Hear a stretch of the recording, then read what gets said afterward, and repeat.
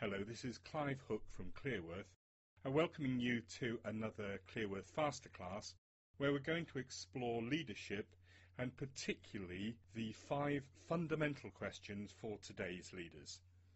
Our purpose here is, in under 10 minutes, to explore the thinking and background to the 5 questions and explain how we're using them in developing leaders all over the world as part of our bespoke team and leadership development programs. Let's start with leadership development. For a long time, through much of the 20th century, lots of energy and academic thought was expended on trying to understand what makes leaders great. We had great man theories, traits theories, personality theories, everybody trying to be like Churchill or Eisenhower. And then there was a sudden realization that actually we'd been looking in the wrong place. The only thing that defines a leader is whether they have followers or not. And that is the basis of our thinking in Clearworth, that we should focus not on what makes a great leader, but actually how can people choose to follow. And choose is important because that does mean that people will sustain their followership when the going gets tough, when times get difficult. So we're really interested in what's the nature of the relationship between followers and leaders and how do you sustain that. And in line with other authors and thinkers, our view is that the truly great leaders serve their people. So our leadership development programs are based on action learning questions and conversations.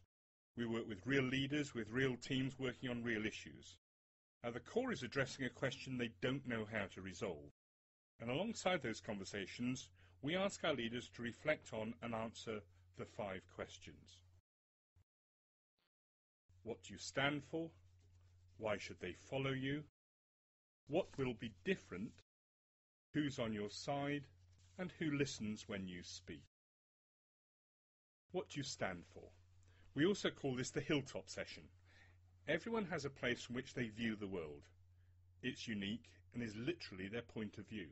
To really understand others, you need to get on their hilltop, which means understanding at 3 levels. We teach a technique called the 3-level questioning technique, and when we use this on programs, people gain deep insight into other people, but actually as a result also get a deep insight into some of their values, assumptions, etc. But let's look at 3 levels. At level 1, it's fairly basic data. It's all around the kind of what you do, what's your name, basic data about you. And if you only knew somebody at that level, then you couldn't really say you knew very much about them. Level 2 is a bit more personal. It asks about likes and dislikes, opinions, views, and what we might call other than fact. When you ask a question at this level, you find out something about the person behind the job title. And at level 3, the top of the hill, these are the most personal items. Your values, your motives, your beliefs, indeed drivers, principles, and what I like to call truths. So at level 1 you might ask, what do you do? At level 2 you would ask something like, what do you get out of that? What do you get out of doing that job? And if somebody said, I love being able to develop people, a level 3 question is, why is that important to you? Not what's important. Why is that important to you? Why should they follow you? Probably one of the most challenging and insightful sessions we do is a 2-minute presentation to colleagues. And this is called Why Should They Follow You? And people present live to their colleagues the answer to that question. Note, it's not what's good about you, but why should they follow? So why you? What are you offering? What is it they can expect from you? And actually, perhaps most importantly, what's in it for them? If they choose to follow you, what can they expect to gain as a result of that experience? What will be different? We've spent a lot of time in academic debate talking about managers versus leaders. What's a manager? What's a leader? We're really clear. Leadership is about change. A great mentor of mine once said, a leader takes you somewhere you haven't been before. And despite much academic debate, I haven't really been able to better that. So this is about the destination. It's a picture, not a vision. The problem with vision is it becomes terribly poetic, and we hear about customer-focused organisations being good citizens and surpassing customer expectations, but it doesn't actually tell people what will be in place, what will exist, the tangible new state, the desired end result.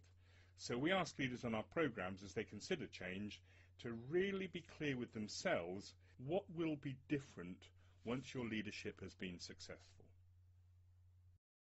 Who's on your side? There's that dreaded word networking, and this session and this question very specifically talks about networks. This is not the dreaded networking meeting. We're talking about the realization that in complex structures, joint ventures, supplier partnerships, virtual teams, they all mean complex relationships and the need for alliances inside and outside the organization. So mapping those relationships is a powerful exercise. And our leaders on our programs often gain great insights into relationships they need to work on. The realization that they need sponsors and supporters and stakeholders, and within their work wide web, as we call it, they need to really build and develop those relationships. And then question 5, who listens when you speak? If no one listens, if you can't make yourself heard, if you can't make yourself understood, then you're just a voice crying in the wilderness. This is really about reminding leaders of the need for rhetorical devices, things which increase your impact and influence. It's about managing presence. We've been greatly influenced by work of people like Patsy Rodenberg, who talks about 3 circles of presence, and she teaches actors how to fill the theatre with their presence, that's the big circle, but also be able to pull back into the inner circle so they pull people towards them. We're not teaching leaders to broadcast like an orator, but actually to understand how important presence is. What senior leaders learn is that there will be questions they will be asked which they must have the answers to. We call this practiced spontaneity. So when people say, what will be different, they need to be ready to respond to that and be able to answer succinctly. And we teach people how to make their messages memorable using rhetorical devices like 3-part lists, where they use things in 3s. For us, it's about making you memorable, credible, and influential. That in itself is a 3-part list.